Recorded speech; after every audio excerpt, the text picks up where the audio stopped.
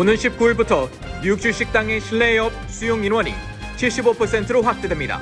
오는 22일부터는 뉴욕시 고등학교의 등교가 재개됩니다. 뉴저지 한인회에서 아시안 혐오 범죄 증가에 대한 대책 마련을 촉구하는 비상대책회의를 개최했습니다. 질병통제예방센터에서 코로나19 백신 접종을 완료하는 사람들을 위한 새로운 모임 지침을 발표했습니다. 1조 9천억 달러 규모의 경기 부양안이 연방 상원의 문턱을 넘어 이제 하원의 표결을 거쳐 조 바이든 대통령의 선명을 남겨두고 있습니다. 근 1년 동안 진척이 없었던 한미 방위비 분담금 협상이 조 바이든 행정부 출범 46일 만에 타결됐습니다. 백신 접종 속도에 박차를 가하고 있는 한편 변이 바이러스의 등장으로 전 세계 4차 유행에 대한 우려가 커지고 있습니다. 지난 1996년 살인 혐의로 유죄 판결을 받은 3명의 퀸 남성이 24년간 억울한 옥살이라 하다 오늘 석방됐습니다. 아이다호주에서 코로나19 방역 지침에 저항하며 어린이들까지 동원한 마스크 화형식이 충격을 안겨주고 있습니다. 내 집같이 편안한 은행 뉴 밀레니엄 뱅크가 뉴저지 클러스터와 뉴욕 플러싱에 새로운 지점을 오픈하였습니다. 클러스터 570 피어먼트 로드와 플러싱 141 노던 블러바드에 위치한 새 지점에서 모든 금융 업무와 혼무 기지 상담도 함께 해드립니다. Member of FDIC and Equal Housing Lender.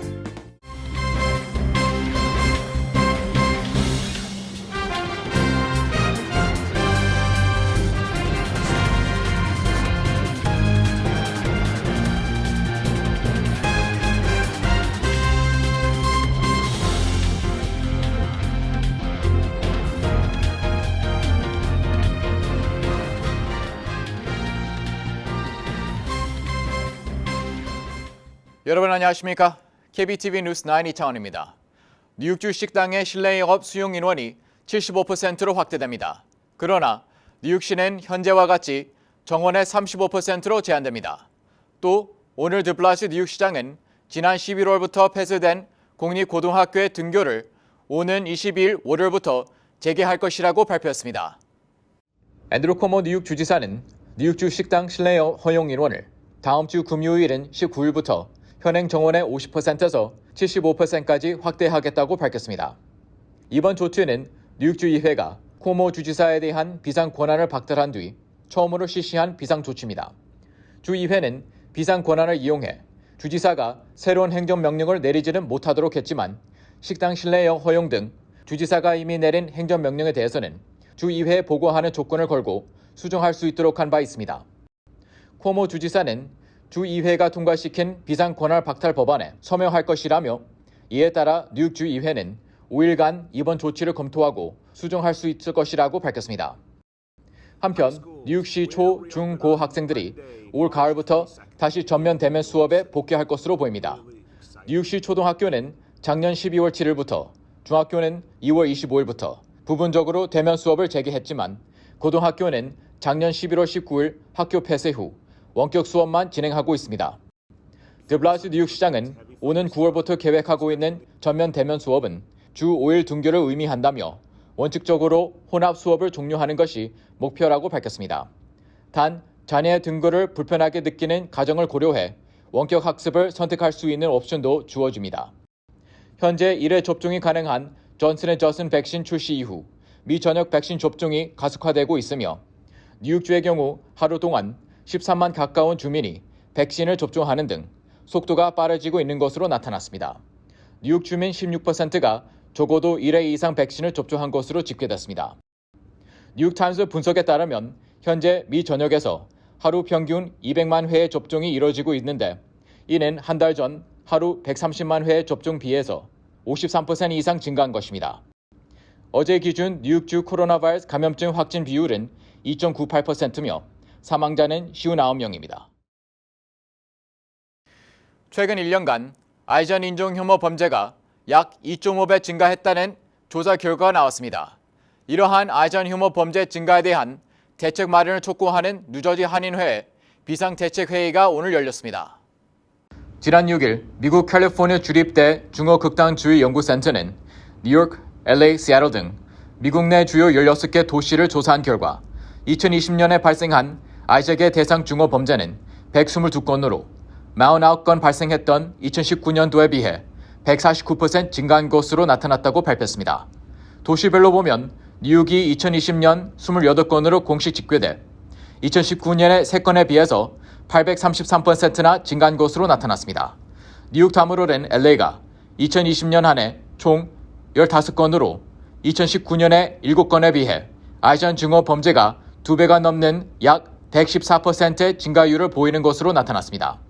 이어 버스턴과 시애틀, 샌호세, 샌프란시스코 등이 각각 14건, 12건, 10건, 9건으로 조사됐습니다. 이처럼 아시안 혐오 범죄가 증가함에 따라 뉴저지 한인회를 중심으로 오늘 비상대책회의를 열고 이에 대한 대책 마련에 나섰습니다. 오늘 회의에는 뉴저지 한인회, 시민참여센터, 한인동포회관 등 기타 한인 단체들과 해리슨 파크의 준정 시의원, 오태펜의 진유 시의원 등이 참석한 가운데 열렸습니다. 회의에 참석한 앤서니 큐튼 버긴 카운티 셰리프와 김진성 언더 셰리프는 아시안 혐오 범죄에 당했을 경우 셰리프국 또는 지역 경찰에 신고해 줄 것을 당부했습니다. We're providing a whole lot of extra attention. When we first heard about it, a good undersheriff here sat me down and we spoke, and we're taking initiatives such as, we're going to give you the date soon, the Zoom call. 셰리프 앱이 나와 있거든요. 그 여러분께서 아직까지 저희에게 알려진 인시던트는 없습니다. 그러니까 누가 이렇게 폭행을 당했다든가 이런 건 없지만 그런 거를 겪거나 보시게 되면은 그 셰리프 앱을 통해서 리포트를 해주실 수도 있고 지역 경찰서에 꼭 리포트를 해주셔야지. 비상대책회의는 아시안 혐오 범죄 근절을 위해 뉴저지 주지사에 서한을 전달하고 골기 대회를 가지기로 결의했습니다. 머피 거버너께 보내는 레터 그 내용을 파이널라이즈 하고 같이 한번 리뷰해보고 뭘 더 애더하고. 한편 오늘 대회에는 진유 오태펜 시의원이 뉴저지 주지사에게 보내는 서한 내용을 밝히고 이를 수정 보완해 나가기로 했습니다. 한편 지난 5일 백악관은 최근 아이잭의 중호 범죄가 늘어나는 것과 관련 조 바이든 행정부는 이를 규탄한다는 입장을 밝힌 바 있습니다. 젠 세키 백악관 대변인은 이날 브리핑에서 대통령은 아이잭의 미국인들에 대한 외국인 혐오증이 존재하는 곳 어디에서든 싸우는 것이 이 정부의 정책임을 분명히 하겠다고 전했습니다. 오늘 오후 질병통제예방센터 CDC가 코로나19 백신 접종을 마친 사람들을 위한 새로운 지침을 발표했는데요. CDC는 백신 접종을 완료한 사람들은 저위험군의 비접종자와 마스크를 쓰지 않고도 만날 수 있다고 권고했습니다. 김은지 기자입니다. CDC는 백신 접종 완료자를 마지막 백신을 맞은 때로부터 2주가 지난 사람으로 규정했습니다. 화이자, 모더나 백신의 경우 2회차 접종을 한 뒤 2주, 존슨앤존슨 백신은 1회차 접종 뒤 2주가 지나야 한다는 것입니다. CDC는 백신 접종 완료자는 다른 백신 접종 완료자와 실내에서 마스크를 쓰거나 사회적 거리두기를 하지 않은 채 만날 수 있으며 중증을 앓을 위험성이 낮은 비접종자들이 한 가족 구성원일 경우 실내에서 마스크를 쓰거나 사회적 거리두기를 하지 않은 채 만날 수 있다고 밝혔습니다. 예를 들어 70대 노인이 코로나 백신을 맞았다면 그의 딸이나 손자 등 다른 가족 구성원들이 중증을 앓고 있지 않는 한 마스크 없이도 가족 모임 참석이 가능하다는 것입니다. 그러나 CDC는 백신 접종 완료자 역시 코로나로 중증을 앓을 위험이 높은 비접종자 혹은 비접종자의 가족 구성원 중 고위험군이 있을 때는 마스크를 반드시 착용하고 거리두기를 지켜야 한다고 밝혔습니다.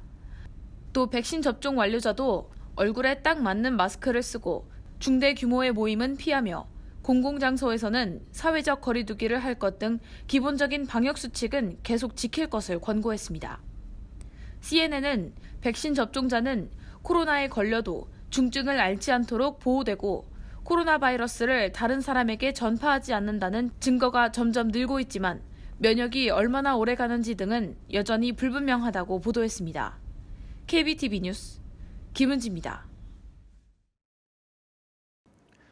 1조 9천억 달러 규모의 경기 부양안이 연방 상원의 문턱을 넘어 이제 하원의 표결을 걸쳐 조 바이든 대통령의 서명을 남겨두고 있습니다.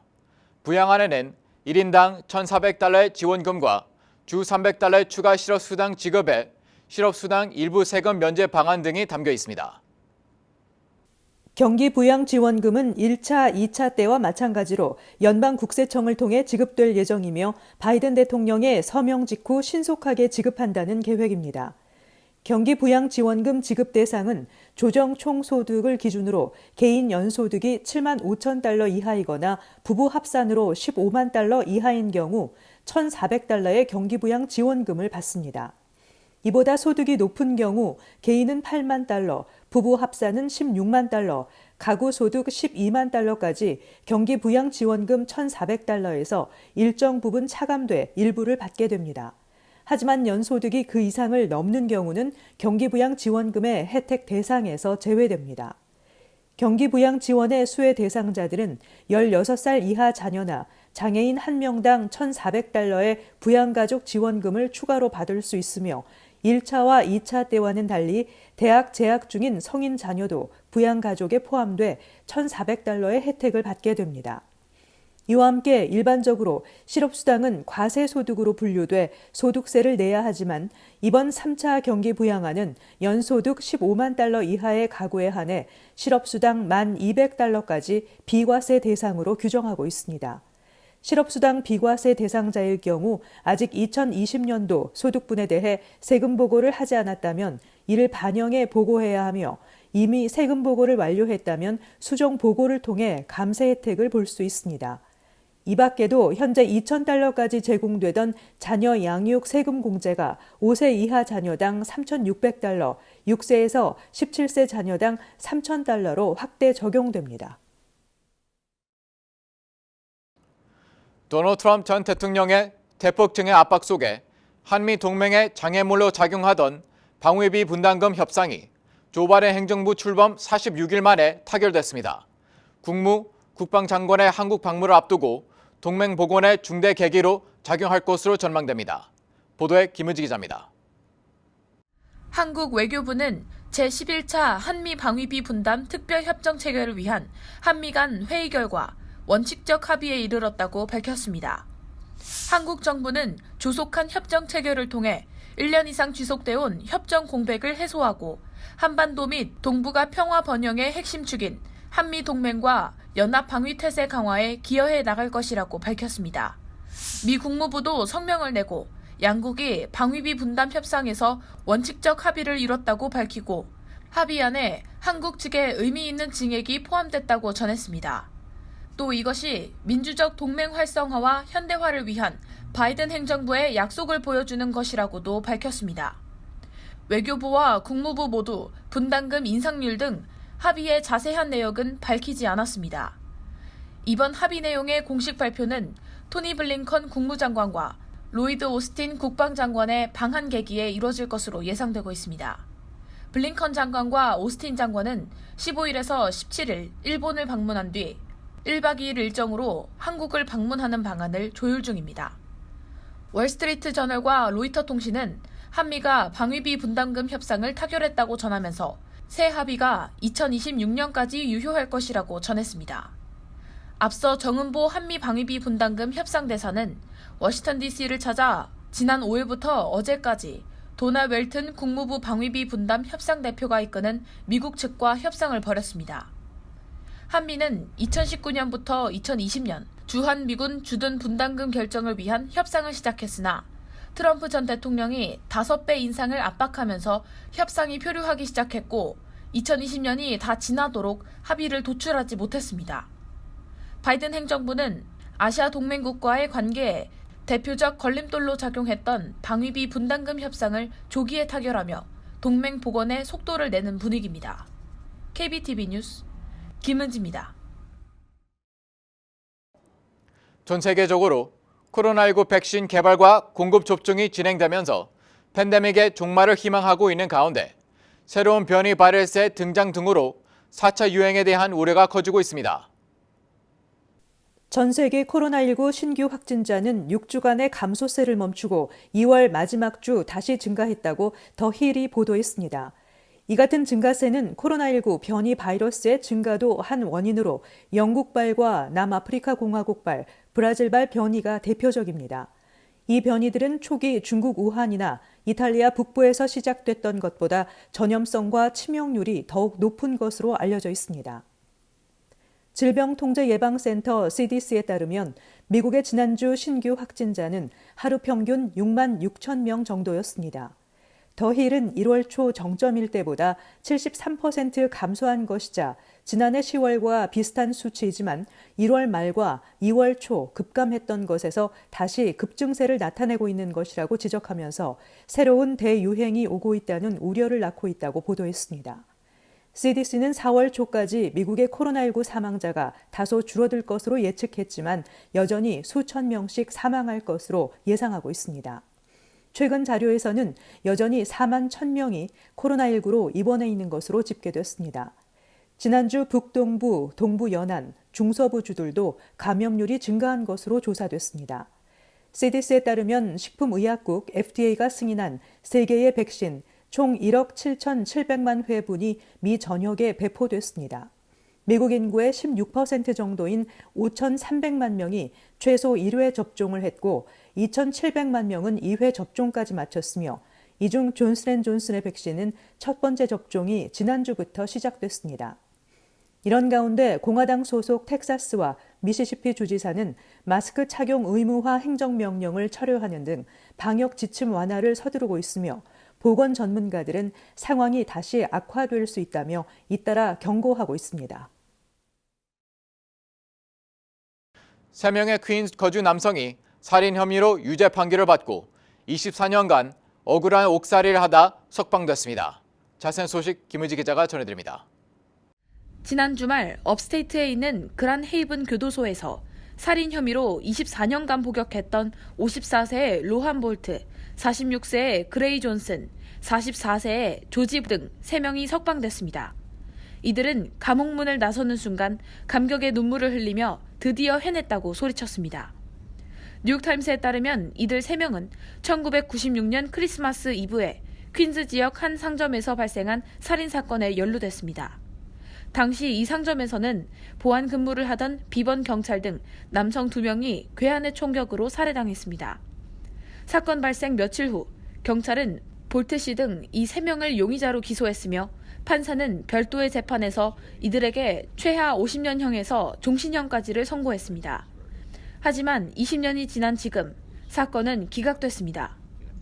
퀸즈 형사법원의 조셉 A. 자야스 판사는 최근 검찰은 이 사건 관련 재판에서 피고인들의 결백을 입증하는 증거를 감췄다며 유죄 판결을 기각했습니다. 당시 수사경찰은 이 사건이 지역 조직 폭력배와 관련이 있다고 보고했지만 검찰은 이 보고서를 공개하지 않았던 것입니다. 자야스 판사는 이 사건 재판에서 검찰은 피고인들에게 유죄 판결을 내리기 위해 진실을 추구하는 역할을 완전히 포기했다고 질타했습니다. KBTV 뉴스 김은지입니다. 코로나19 백신 접종이 늘면서 감염자 확산이 둔화하고 있지만 방역 지침에 저항하는 움직임이 동시에 나타나면서 보건당국의 걱정이 커지고 있는데요. 아이다호주에서는 방역 지침에 저항하며 어린이들까지 동원한 마스크 화항식을 개최한 사실이 드러나 충격을 안겨주고 있습니다. 워싱턴 포스트에 따르면 100여 명의 시위대는 지난 7일 주의회 이사당 앞에 모여 마스크 착용을 거부하겠다면서 드럼통에 불을 피워 마스크를 태웠습니다. 집회에 참여한 부모와 어른들의 동료 속의 아이들은 마스크를 불에 던졌습니다. 일부 아이들은 마스크를 없애버리라고 외쳤습니다. 아이다호주는 주 전체에 마스크 착용 명령을 내리지 않았지만 집회가 열린 주도 보이스를 비롯해 12개 지역에서 마스크 착용을 의무화하고 있습니다. 한편 텍사스주를 선두로 주 정부들도 방역 완화 조치를 속속 선포하고 있습니다.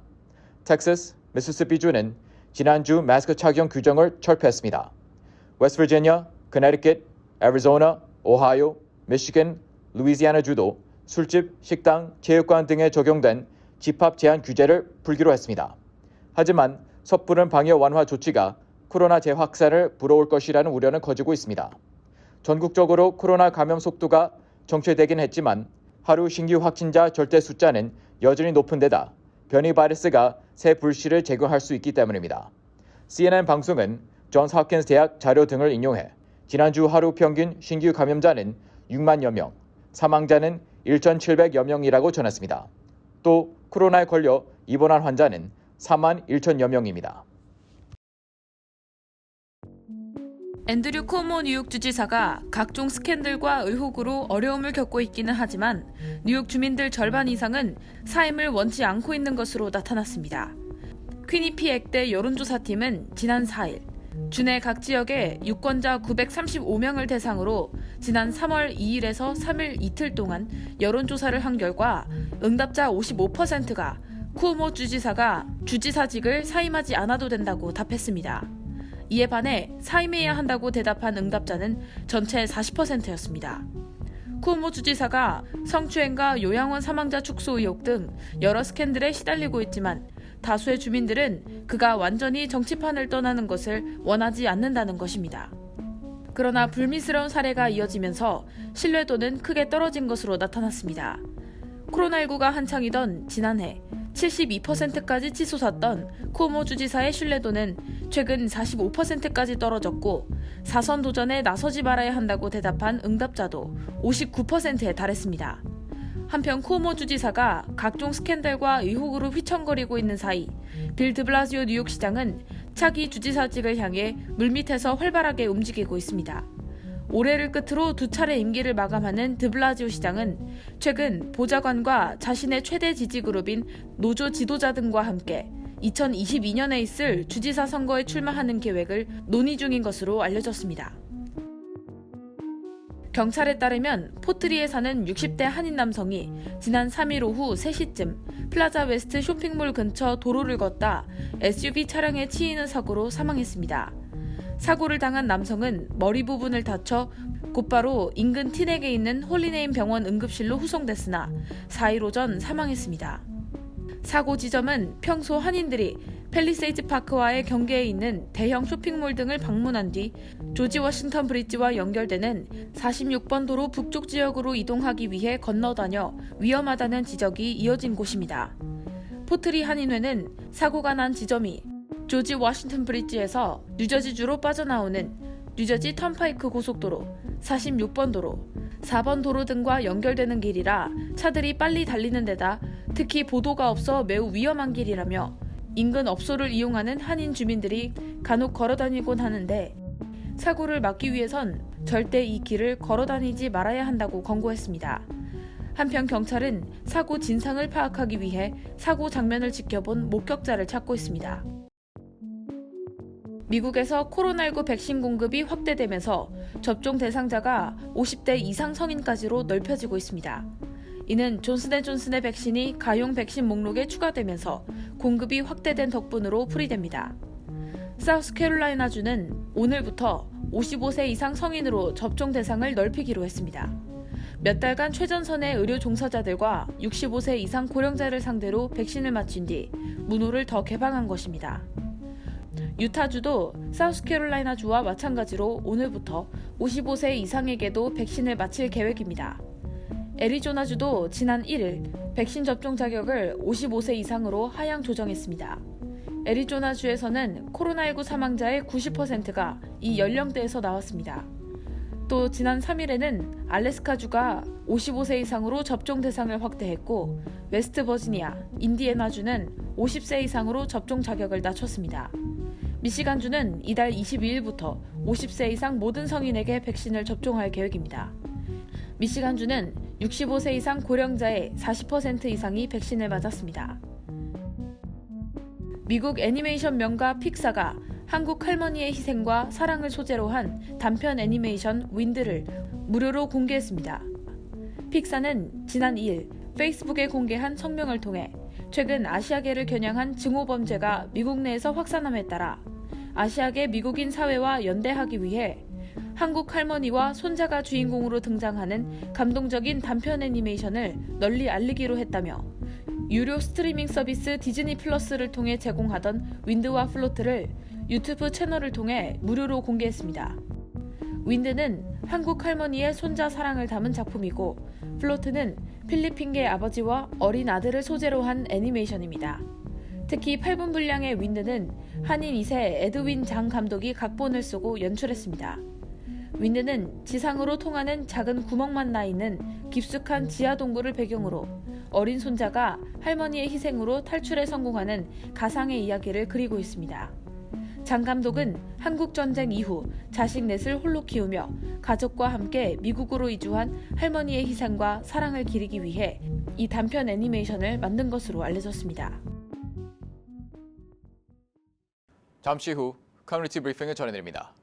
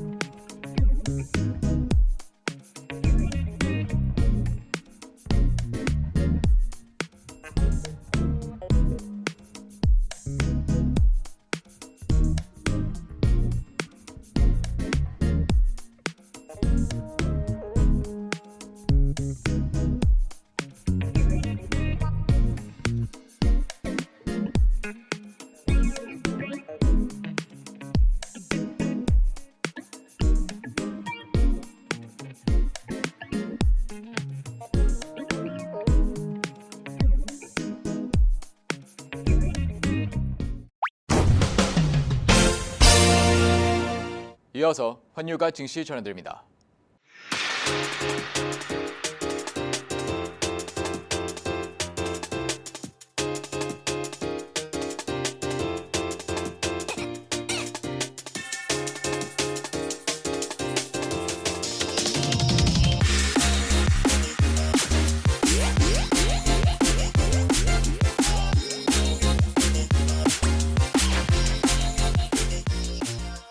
잠시 후 뉴욕과 뉴저지 날씨 전해드립니다.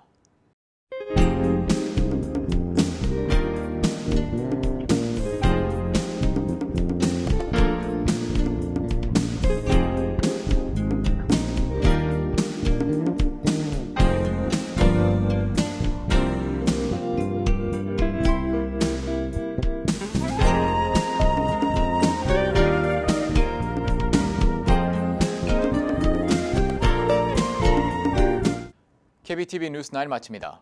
오늘도 시청해주셔서 감사합니다. 편안한 밤 보내시기 바랍니다.